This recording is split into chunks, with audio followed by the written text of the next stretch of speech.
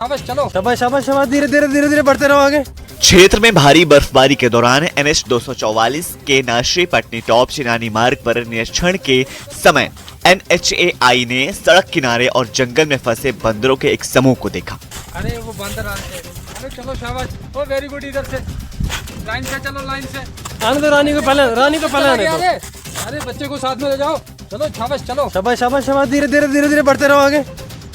गहरी बर्फ के कारण बंदर भोजन और सुरक्षित स्थान तक नहीं पहुंच पा रहे थे। स्थिति की गंभीरता को देखते हुए टीम ने तुरंत फल आदि भोजन की व्यवस्था कर सुरक्षित दूरी से उन्हें खिलाया। आने दो रानी को पहले आने दो। अरे बच्चे को साथ में ले जाओ, चलो शाबाश चलो। शाबाश शाबाश शाबाश, धीरे धीरे बढ़ते रहो आगे। समय पर की गई इस पहल से न केवल बंदरों को राहत मिली, बल्कि सड़क पर उनके आने से होने वाले संभावित हादसों को भी रोका गया। चलो। ऊना जिले के क्रिकेट संघ द्वारा स्थानीय स्तर पर छिपी हुई खेल प्रतिभाओं को सामने लाने और उन्हें बेहतर प्रशिक्षण प्रदान करने की दिशा में एक सराहनीय पहल करते हुए फास्ट बॉलर्स टैलेंट हंट अभियान के तहत विशेष ट्रायल प्रक्रिया का आयोजन किया गया। इस अभियान का मुख्य उद्देश्य जिले के ग्रामीण और शहरी क्षेत्रों में उभरते तेजी गेंदबाजों की पहचान कर उन्हें आधुनिक क्रिकेट प्रशिक्षण से जोड़ना है। जिला क्रिकेट संघ का मानना है कि सही मार्गदर्शन और निरंतर अभ्यास से जिले के खिलाड़ी भी बड़े मंच पर अपनी पहचान बना सकते हैं। इसी सोच के साथ इस टैलेंट हंट अभियान को एक मजबूत प्लेटफॉर्म के रूप में विकसित किया जा रहा है। एक fast bowler talent search programme शुरू कर रहे हैं, जिसमें हमें एक अच्छा जो फास्ट बॉलर होगा वो उसको हम अच्छी कोचिंग के साथ उसको हम तैयार करेंगे। इस कार्यक्रम का नेतृत्व जिला क्रिकेट संघ के पदाधिकारी राजकुमार ने किया, जबकि प्रशिक्षण और अन्य कोचों की निगरानी में खिलाड़ियों की प्रतिभा को परखा गया। ट्रायल के दौरान करीब 2 दर्जन युवा खिलाड़ी विशेष रूप से फास्ट बॉलर्स अपने हुनर का प्रदर्शन करने पहुंचे। जम्मू कश्मीर के युवा सेवा और खेल निदेशालय ने जम्मू में एक मिनी मैराथन 1.0 जश्न ए सेहत का आयोजन किया, जिसे खेल युवा और खेल मंत्री सतीश शर्मा ने हरी झंडी दिखाकर रवाना किया और इसमें बड़ी संख्या में प्रतिभागियों ने हिस्सा लिया। मीडिया से बात करते हुए कैबिनेट मंत्री सतीश शर्मा ने कहा कि इस तरह के मैराथन युवाओं को अपनी सेहत पर ध्यान देने और ड्रग्स जैसी बुराइयों से दूर रखने के लिए प्रेरित करती है। उन्हें राज्य का दर्जा देने का भी मुद्दा उठाया।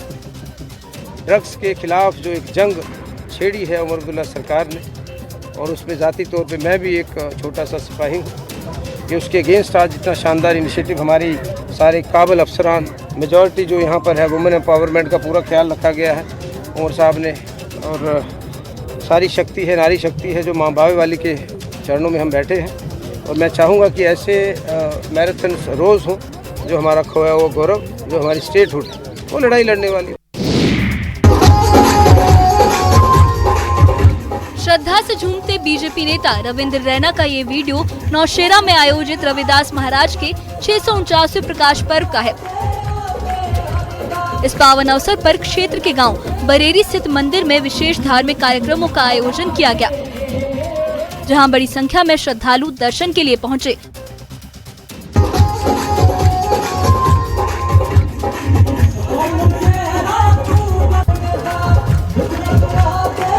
कार्यक्रम के दौरान उप मुख्यमंत्री सुरेंद्र चौधरी भी मंदिर पहुंचे और माथा टेक श्री रविदास महाराज जी का आशीर्वाद प्राप्त किया।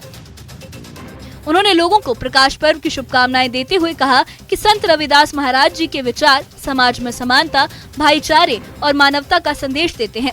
आज बदलने की जरूरत है कि सिर्फ और तुझे ये है कि तुझे मेहनत करनी पड़ेगी, तुझे सोचना पड़ेगा कि ऐसा IPS IAS AS ऑफिसर बनना, डॉक्टर बनना। इस सर्टिफिकेट में SC सर्टिफिकेट जिस वक्त तुम हमेशा रहना चाहिए, भाई रहना कहाँ चाहिए ना कि तुम कुछ करोगे। प्रकाश ईरान के supreme leader Ayatollah Ali Khamenei ने अमेरिका को सीधी और सख्त चेतावनी दी है।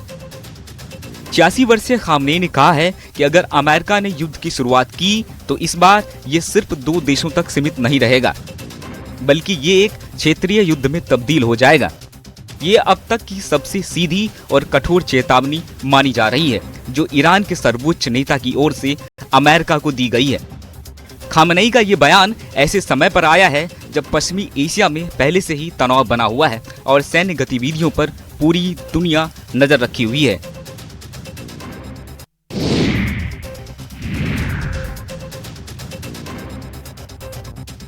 ईरान के विदेश मंत्री अब्बास अराघची ने फारस की खाड़ी में अमेरिकी सैन्य बलों की तैनाती की कड़ी आलोचना की है।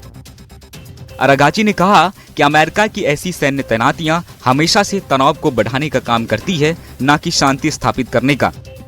उन्होंने साफ शब्दों में कहा कि इस्लामिक रिवॉल्यूशनरी गार्ड कॉर्प्स हमेशा से फारस की खाड़ी में शांति और स्थिरता का रक्षक रहा है और आगे भी रहेगा। अराघची ने IRGC को एक मजबूत और प्रभावी ताकत बताते हुए कहा कि क्षेत्रीय सुरक्षा सुनिश्चित करने में अहम भूमिका निभाता रहा है। ईरान के विदेश मंत्री का ये बयान ऐसे समय पर सामने आया है जब फारस की खाड़ी में पश्चिमी एशिया में सैन्य गतिविधियों को लेकर तनाव लगातार बढ़ता जा रहा है और हालात पर अंतर्राष्ट्रीय समुदाय की कड़ी नजर बनी हुई है। ईरान की संसद के स्पीकर मोहम्मद बगैर गालिबफ ने रविवार को ऐलान किया कि ईरान अब सभी यूरोपीय संघ देशों की सैन्य इकाइयों को आतंकवादी समूह मानता है। ये घोषणा यूरोपीय संघ के उस निर्णय के जवाब में आई है जिसमें EU ने ईरान की अर्धसैनिक ताकत इस्लामिक रिवॉल्यूशनरी गार्ड कॉर्प्स को आतंकी संगठन घोषित किया था। गालिबफ ने संसद सत्र के दौरान कहा कि 2019 के कानून के तहत उन देशों की सेनाओं को आतंकवादी माना जाएगा जिन्होंने IRGC को इस तरह की सूची में डाला है। उन्होंने कहा कि ये कदम EU और उसके सदस्य देशों की अमेरिका के प्रति अंध पालन का परिणाम है। सांसदों ने IRGC के समर्थन में यूनिफॉर्म पहन रखी थी और गालिबफ ने चेतावनी दी कि EU को इस फैसले का परिणाम भुगतने होंगे जिसमें सैन्य अटेंसे के निष्कासन पर विचार शामिल है। गजा पट्टी के खान यूनिस इलाके में इजरायली सेना ने एक बड़ी कार्रवाई करते हुए सैकड़ों मीटर लंबी एक सुरंग का पता लगाया है, जहां से हमास के लड़ाके अपनी गतिविधियां संचालित कर रहे थे। इस सुरंग के अंदर रहने के लिए 3 कमरे और दर्जनों हथियार मिले, जिनमें 45 ग्रेनेड, 35 मैगजीन, 10 राइफलें, RPG रॉकेट और लॉन्चर, 10 विस्फोटक उपकरण और 6 सैन्य जैकेट शामिल थे। ये सुरंग करीब 7 किलोमीटर लंबी, इसमें 80 कमरे थे। ये सुरंग हमास के लड़ाकों के लिए एक महत्वपूर्ण ठिकाने के रूप में इस्तेमाल हो रही थी, जहां से हमलों की योजना बनाई जा रही थी और हथियारों को छिपा कर रखा गया था। इससे पहले भी IDF ने नवंबर में गजा पट्टी में हमास की एक बड़ी सुरंग का खुलासा किया था। IDF के दावे के लिहाज से यह सुरंग मस्जिदों, क्लिनिकों और बच्चों के स्कूल यानी किंडरगार्टन के नीचे से होकर गुजरती थी। इस सुरंग का इस्तेमाल हमास कमांडरों के जरिए हथियारों को जमा करने, हमलों की योजना बनाने और लंबे वक्त तक छिपकर ठहरने के लिए किया जाता था। फिलहाल IDF सैनिकों द्वारा इस सुरंग को ध्वस्त कर दिया गया है। ये बारूदी तस्वीरें पाकिस्तान के बलूचिस्तान की हैं, जहां अचानक बारूद की आग भड़क उठी। शनिवार को बलूचिस्तान प्रांत में सुरक्षा स्थिति बेहद तनावपूर्ण हो गई जब बलूच लिबरेशन आर्मी ने एक साथ 12 अलग अलग जगहों पर हमले किए। इन हमलों के बाद प्रांत के कई हिस्सों में युद्ध जैसे हालात बन गए हैं और सुरक्षा बलों और विद्रोहियों के बीच भीषण संघर्ष जारी है। पाक सरकार ने दावा किया है कि इन झड़पों में तकरीबन 70 विरोधी मारे गए हैं, जबकि सुरक्षा बलों के 10 जवानों की मौत हुई है।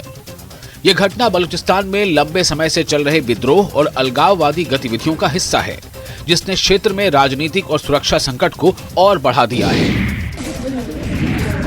गांदरबल में उस वक्त सब कुछ थम सा गया जब 2 युवक एक तेज बहाव नहर में फिसल गए। ये तस्वीरें उसी नहर की हैं जहां एक जिंदगी की तलाश अभी भी जारी है। दरअसल एक युवक अपने दोस्त को बचाने की जद्दोजहद में लगा था, लेकिन उसी कोशिश के दौरान वो खुद नहर के पानी में बह गया। मौके पर कंगन पुलिस, SDRF और स्थानीय वॉलंटियर्स की टीम तुरंत पहुंची और एक जॉइंट रेस्क्यू ऑपरेशन चलाया गया।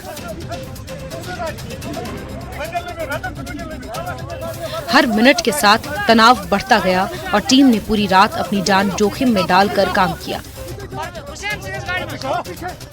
घंटों की मशक्कत के बाद आधी रात के करीब थुने कंगन में हाइड्रो पावर नहर से एक युवक को सुरक्षित अस्पताल में भर्ती किया गया, लेकिन दूसरे का अब तक कुछ पता नहीं चल सका है।